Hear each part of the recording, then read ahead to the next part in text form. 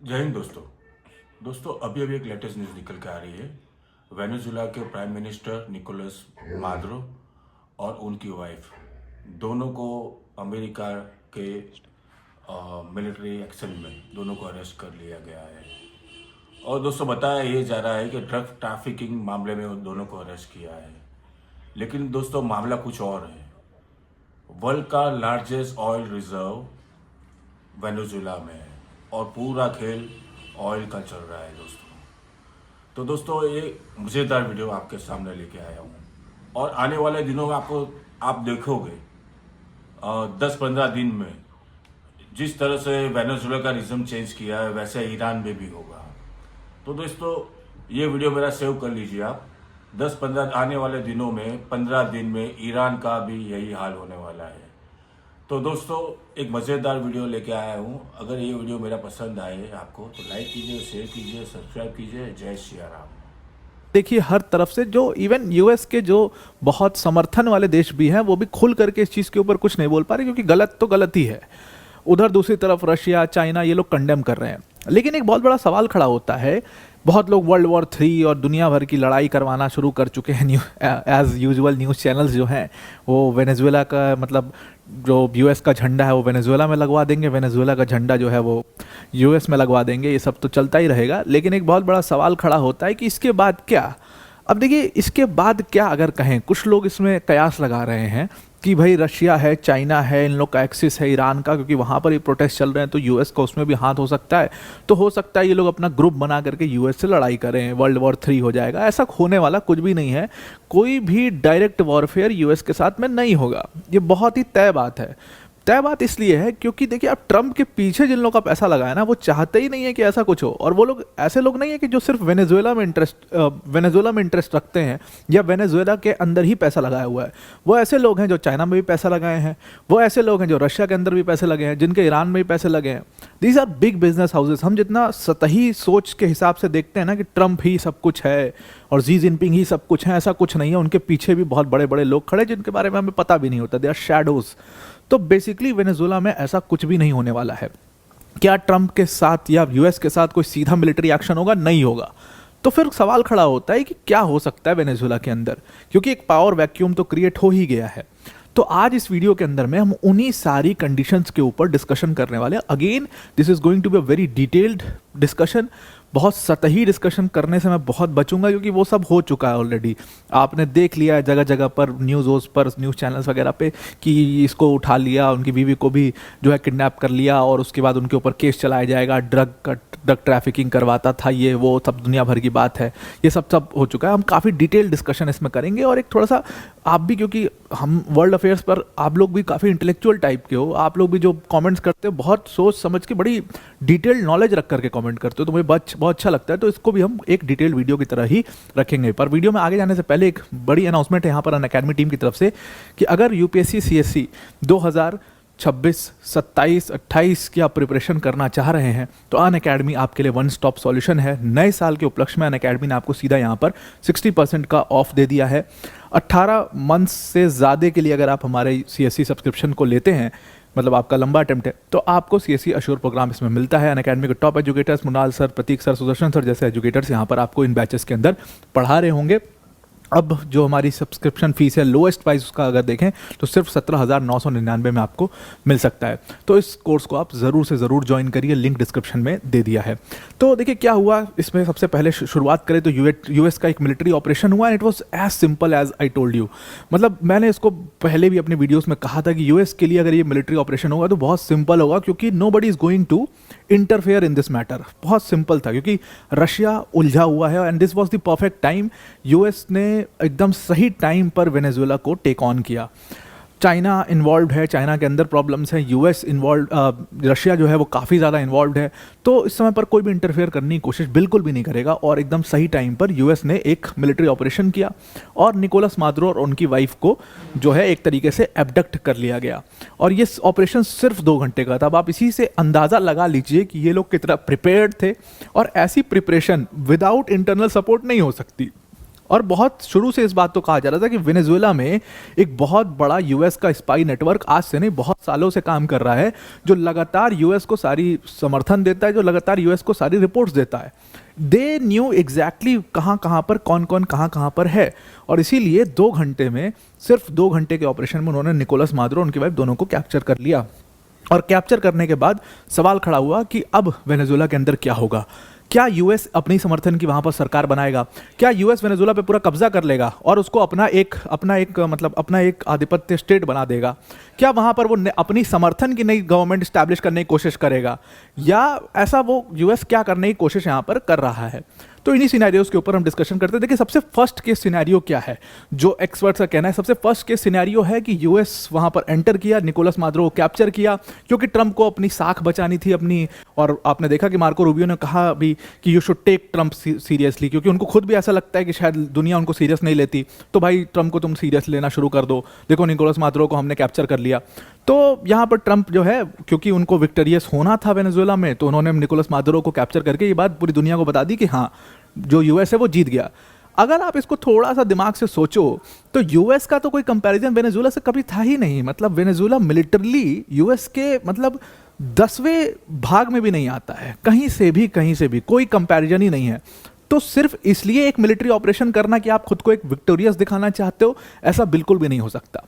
आप इस पूरे फसाद की जड़ तक जाइए, तय तक जाइए। इस पूरे फसाद की जड़ पर ड्रग्स नहीं है, वो ड्रग्स बड़ी सतही चीज है।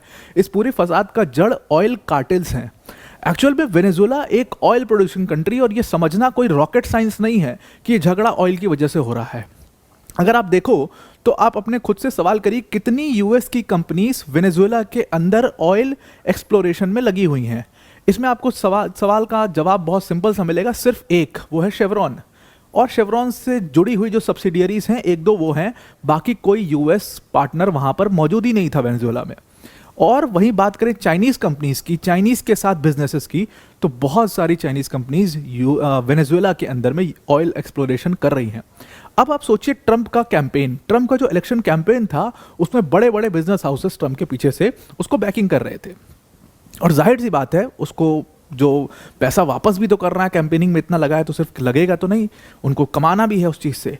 तो नाउ दे वांट कि जितनी भी ये यूएस बड़ी कंपनीज हैं, जो यूएस जाइंट्स हैं या ब्रिटिश जाइंट्स हैं, वो एंटर करे वेनेजुएला ऑयल एक्सप्लोरेशन में, जिससे यूएस को भी एक फ़ायदा होगा। वहाँ से इस पूरे फसाद का जड़ की स्टार्टिंग होती है। लेकिन प्रॉब्लम क्या थी, वेनेजुएला एक लेफ्ट कंट्री है, निकोलस मादुरो एक लेफ्ट के नेता हैं, और वो यूएस और उसकी जो समर्थन वाली कंपनीज हैं कैपिटलिज्म के बड़े खिलाफ रहते हैं। ऑल्दो मैं बिल्कुल आज की डेट में ऐसा नहीं मानता कि रशिया भी लेफ्टिस्ट है या चाइना लेफ्टिस्ट है, सब कैपिटलिस्ट हो चुके हैं, बस कहने के लिए लेफ्ट वहाँ पर बचा है। खैर, तो Nicolas Maduro is not a problem, आपको ये समझना पड़ेगा। प्रॉब्लम इज़ व्हाट, प्रॉब्लम है पूरे वेनेजुएला का जो गवर्नेंस स्ट्रक्चर है, जो गवर्नेंस है, जो लेफ्ट लीनिंग गवर्नमेंट है वहाँ पर, वो एक प्रॉब्लम है, और जिसको अकेले निकोलस मादुरो नहीं चला रहे हैं, वो पूरी जो लेफ्ट पार्टी है वो उसको चला रही है। तो वो एक बहुत बड़ी प्रॉब्लम है। तो ट्रंप का सिर्फ वहाँ पर एंटर करना, निकोलस मादुरो को कैप्चर करना, that is not an option. वो इतने पे नहीं रुकेगा ये सारा कुछ। कहा जा रहा है कि अगर मान लीजिए निकोलस मादुरो चले भी गए तो एक पावर वैक्यूम वहाँ पर क्रिएट नहीं होगा, क्योंकि अगर उसके बाद देखें, जैसे हम अगर एक एग्जांपल के तौर पर लें, तो वेनेजुएला की जो वाइस प्रेसिडेंट हैं डेल्सी रॉड्रिगेज, जिनको आप यहाँ पर देख रहे हो, डेल्सी रॉड्रिगेज ने बड़े मुखरता से ट्रंप का विरोध किया और कहा कि ये तो सीधा सीधा एब्डक्शन है, हमें प्रूफ ऑफ लाइफ चाहिए, सब कुछ कहा हम लड़ाई लड़ेंगे यूएस के खिलाफ। और बाकी के भी बहुत सारे नेता हैं जो निकोलस मादुरो की जगह ले सकते हैं। They are as good as Nicolas Maduro, as big as Nicolas Maduro.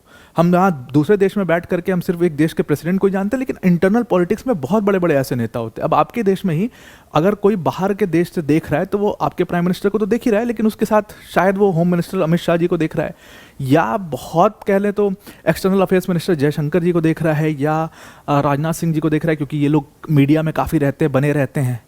लेकिन इसके अलावा अगर आप देखो तो they are big faces in Indian politics, और ये बाहर के देशों में लोग बैठ करके नहीं देख पा रहे। तो वही हाल वेनेजुएला के ऊपर है।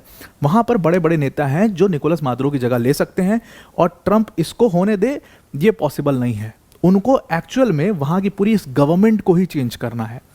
क्योंकि देखिए क्या है वेनेजुएला की पॉलिटिक्स में, जो ये गवर्नमेंट है ये लेफ्ट की गवर्नमेंट है जिसको ह्यूगो चावेज ने शुरू किया था, इसके बारे में हम अभी आगे चल करके बात करेंगे। तो ये पूरी लेफ्ट गवर्नमेंट एक्चुअल प्रॉब्लम है इन पूरे बिजनेस हाउसेस के लिए, तो इनको हटाना है।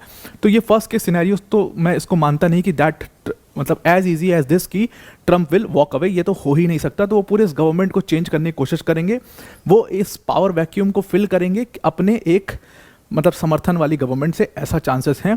और यहाँ पर अपोजिशन भी खड़े होने की कोशिश कर सकता है उसमें, और यही हमारी सेकेंड जो सिनेरियो है वही है कि एक बहुत ही पॉपुलर अपराइजिंग होगा वेनेजुएला के अंदर, और वो पॉपुलर अपराइजिंग जो है वो वेनेजुएला की पूरी आइडियोलॉजी को चेंज कर देगा। अब देखिए वेनेजुएला की अभी जो आइडियोलॉजी है वो किस चीज़ पर बेस्ड है, एक्चुअली में इसको हम चावेस्मो कहते हैं। चावेस्मो एक मूवमेंट था जो यूगो चावेज के नाम पर आया। यूगो चावेज ये जो हैं, ये यूगो चावेज हैं, इन्होंने एक रिवॉल्यूशन शुरू किया वेनेजुएला में, जिसके बाद वेनेजुएला के अंदर लेफ्ट समर्थन की सरकार आई, और यूगो चावेज के नाम पर इसको, इस पूरे मूवमेंट को चावेस्मो मूवमेंट कहा गया।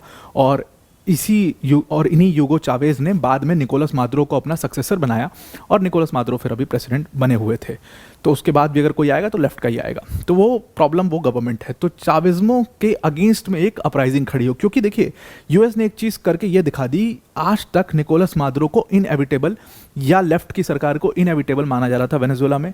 तो यूएस ने एटलीस्ट ये तो कर दिया है कि भाई ये लोग इनएविटेबल नहीं, इनको हराया जा सकता है। तो एक अपराइजिंग खड़ी हो सकती है वो लोगों की जो डिमोरलाइज थे, जो थोड़ा सा अलग आइडियोलॉजी के थे वेनेजुएला में, और वो जो बाकी के जो अपोजिशन पार्टीज़ हैं, वो जो कभी जिनका didn't get a fair chance, elections के ऊपर भी इल्ज़ाम लगते थे कि इलेक्शंस प्रॉपर नहीं होते थे, हो सकता है वो लोग अपना कोलिशन बना कर कुछ करें।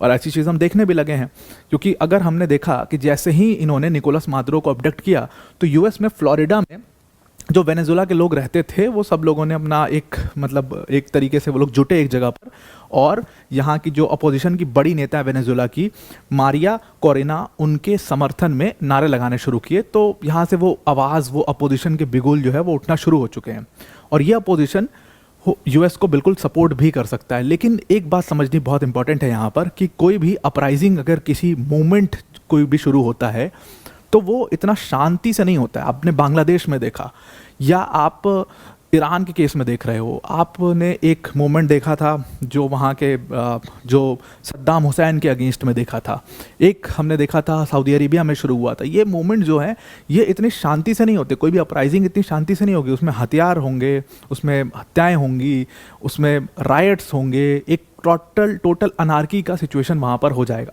लेकिन अगर अनार्की का सिचुएशन होता है तो उससे क्या होगा, अनार्की के सिचुएशन में बिजनेस का बहुत नुकसान होगा। और ये बिजनेस हाउसेस जिन्होंने इतना कुछ दांव पे लगा दिया है और एक पूरे मतलब प्रेसिडेंट को ही एक तरीके से अबडक्ट करवा दिया है, क्या वो, और उसी बिजनेस के लिए करवाया है, तो क्या वो ये चाहेंगे कि एनार्की हो जाए? जैसे बांग्लादेश के केस में हमने देखा ये चीज़ पूरी बैकफायर कर गई। बांग्लादेश में भी यही मतलब कमोवेश यही सेम गेम था कि बांग्लादेश के पूरे बिजनेस के ऊपर जो टेक्सटाइल का हब बनता चला जा रहा था उसके ऊपर कब्जा किया जाए। चाइना वहाँ पर एंटर कर रहा है तो उस पर कब्जा किया जाए। वो पूरा प्लान बैकफायर किया क्योंकि एक एनार्की हो गई बांग्लादेश में। आज कोई किसी को भी मार देता है, हर चार लड़के हर लड़का जिसके पास एक बंदूक है वो अपने आप को खुदा मानता है, वो किसी के ऊपर गोली चला देता है, वो अपने आप को सबसे मतलब अथॉरिटेरियन रूल एक तरीके से वहाँ पर चलने लगा है। बर्बाद हो गया बांग्लादेश, वो प्लान पूरा बैकफायर कर गया। तो ना तुम्हारी ना हमारी, वो वाला सिचुएशन बांग्लादेश के साथ हो गया। कुछ ऐसा ही यहाँ पर भी वेनेजुएला के अंदर हो सकता है। और वेनेजुएला इतनी छोटी कंट्री तो है नहीं, it is a big country, big population, और ऑयल प्रोडक्शन में बहुत टॉप 10 में आने वाली कंट्री है। अगर इनके ऊपर इम्पैक्ट पड़ेगा तो वर्ल्ड में ऑयल प्राइसेस के ऊपर इम्पैक्ट पड़ेगा, करेंसी के ऊपर इम्पैक्ट पड़ेगा। तो इसीलिए यहाँ की चीज़ें जो हैं वो बहुत सेंसिटिव हैं और उसको ऐसे नहीं छोड़ा जा सकता। तो अपराइजिंग को होने देंगे ये लोग, that is not an option. तो ये सेकेंड वाला भी हम कह सकते हैं कि ये भी चीज़ नहीं हो सकती। तीसरी चीज़ ये हो सकती है कि यूएस अपने समर्थन की एक सरकार वहाँ पर बना दे। और अपने समर्थन की सरकार, मुझे लगता है कि ये जो है ये सबसे ज़्यादा मतलब जो चीज़ हो सकती है, जो सबसे प्रोबेबल चांसेस हैं वो यही हैं थर्ड पॉइंट के, कि यूएस अपने समर्थन की एक सरकार वहाँ पर बना दे। जैसे हमने देखा कि किसको बनाएंगे, तो नोबेल पीस प्राइज़ विनर हैं, नोबेल प्राइज़ विनर हैं जिनका नाम अभी मैंने आपको पहले बताया, मारिया कोरेना, जो कि वहाँ की सबसे प्रबल चेहरा हैं अपोजिशन की। ऑल्दो भले फ्लोरिडा वर्डा में इनके लिए नारे लग रहे हैं, वेनेजुएला में क्योंकि आइडियोलॉजी वैसी है, लोग भी काफ़ी निकोलस मादुरो को, आप देखो ना, लोग पूरे उसके निकोलस मादुरो के समर्थन में उतर गए, लोग सड़कों पे उतर आए। तो इसका मतलब कि अथॉरिटेरियन रूल नहीं था वो, लोगों का सपोर्ट था उनको। सद्दाम हुसैन के केस में आपने देखा कि लोग कुछ दिनों के लिए, कुछ देर के लिए, कुछ महीनों के लिए ज़रूर सद्दाम के खिलाफ हुए, लेकिन उसके बाद लोग समर्थन में आ गए। लोग आज भी they talk good about him. आप दूसरे मतलब डिक्टेटर्स को देखिए, वही कमोवेश हर जगह की स्टोरी वही रही है। तो क्या मतलब मारिया कोरिना को वहाँ पर स्थापित करना इतना आसान होगा? नहीं होगा इतना आसान। और वहाँ पर क्योंकि पोलराइजेशन बहुत ज़्यादा है, बहुत ही ज़्यादा पोलराइजेशन वहाँ पर होगा, और यूएस को ये करने से कुछ पावर्स रोकेंगे भी। इसमें आप चाइना, क्यूबा, ईरान, रशिया जैसी कंट्रीज़ को देख सकते हैं जो कि लेफ्ट की कंट्रीज़ खुद को मानती हैं। इनको लगता है कि अभी इनके समर्थन की सरकार, अगर ये सरकार हटती है, कोई और सरकार आती है, तो वो इनके समर्थन की सरकार नहीं होगी। वो इतना आसानी से इस चीज़ को नहीं होने देंगे। जितना यूएस का स्पाई नेटवर्क है वेनेजुएला के अंदर, उतना इनका भी है, उतना काम ये भी कर रहे हैं वहाँ पर। उसके बाद बात आती है यूएस के कस्टडियनशिप की, कि यूएस क्या करेगा इस केस में। यूएस ना कोई ऐसा अपराइजिंग होने देगा, ना यूएस कोई अपनी समर्थन की वहाँ सरकार बना रहा है। यूएस क्या करेगा कि एक अपनी मतलब अपने तरफ से वहाँ पर अपनी फोर्सेस को भेज करके एक वहाँ पर एडमिनिस्ट्रेटिव जो कहते हैं कि नॉर्मलाइजेशन लाने की कोशिश करेगा, कि एडमिनिस्ट्रेटिव वर्क सारे शुरू हो जाएं ताकि कंट्री थोड़ी सी स्टेबलाइज हो जाए। गवर्नमेंट कोई नहीं है, लेकिन एडमिनिस्ट्रेटिवली कोई मिलिट्री लीडर या कोई उस गवर्नमेंट को चला रहा है, या इंटरिम गवर्नमेंट बनवा करके किसी को चलवा रहे हैं, बस एक पपेट बैठा करके, और सारा कुछ यूएस से हो रहा है। तो उससे क्या होगा, करेंसी स्टेबलाइज हो जाएगी, बिजनेस स्टेबलाइज रहेगा, कोई बहुत इसमें नुकसान नहीं होगा, और जो बड़ी बड़ी कंपनीज के पैसे लगे वो भी नुकसान नहीं होंगे। ये भी एक प्रोबेबल चांसेस हो सकते हैं जो यूएस करने की कोशिश वहाँ पर कर सकता है। लेकिन सबसे बड़ी चीज़ इसमें यह है, और इसमें सबसे खास बात यह है कि यूएस को कंट्री के ऊपर कब्जा भी नहीं करना पड़ेगा, ऐसा ऑक्यूपाई नहीं करना पड़ेगा। आराम से वहाँ पर एक इंटरिम गवर्नमेंट बनाओ, कहने के लिए एक वहाँ पर इलेक्शंस करवा दो, और इलेक्शंस में जाहिर सी बात है अगर आप ही इलेक्शन करवा रहे हो तो जब सैयां भय कोतवाल तो फिर डर कहाँ का।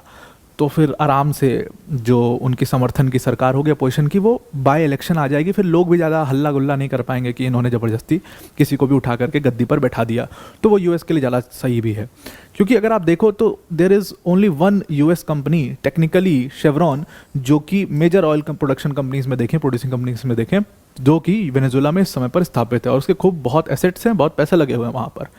बाकी के भी यूएस की कंपनीज जो हैं, पार्टनर्स जो हैं, that they are interested and they want to work in Venezuela. तो इस चीज़ को वो सबसे प्रोबेबल चांस मांग के देख रहे हैं। और लास्ट चीज़ जो है वो है कि यहाँ पर आप देख सकते हो कि एक हाइब्रिड टाइप की चीज़ हो जाए, जो ज़्यादातर देशों में होता है, ना इधर की ना उधर की, सब कुछ का मिक्सचर है।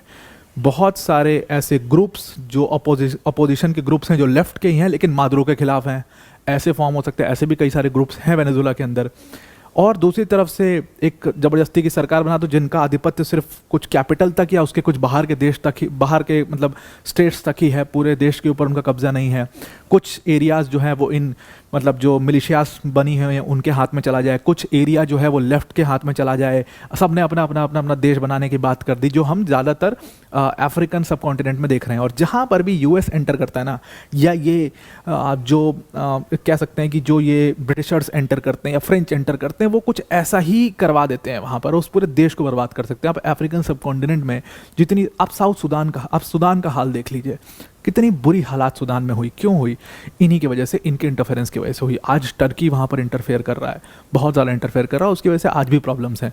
तो वो कुछ ऐसा होने की भी चांसेस वेनेजुएला के अंदर बहुत ज़्यादा। और अगर ऐसा हुआ तो इससे एक बहुत बड़ा इंटरनेशनल फटीग आएगा, एक डोमेस्टिक फटीग आएगा, और इससे बहुत बड़ी प्रॉब्लम वेनेजुएला के अंदर हो सकती है और पूरे वर्ल्ड के अंदर भी हो सकती है। तो अब आई होप आपको ये पूरा आर्टिकल समझ में आया हो। आई नो कि आपके अंदर भी, आपके मन में भी बहुत सारे थॉट्स होंगे। आपके अंदर मन में जो भी थॉट्स आ रहे हैं कि ऐसा कुछ भी हो सकता है इन 5 चीज़ों के अलावा, तो आप ज़रूर से कमेंट करके बताइए। आज के लिए इतना ही। Thank you and have a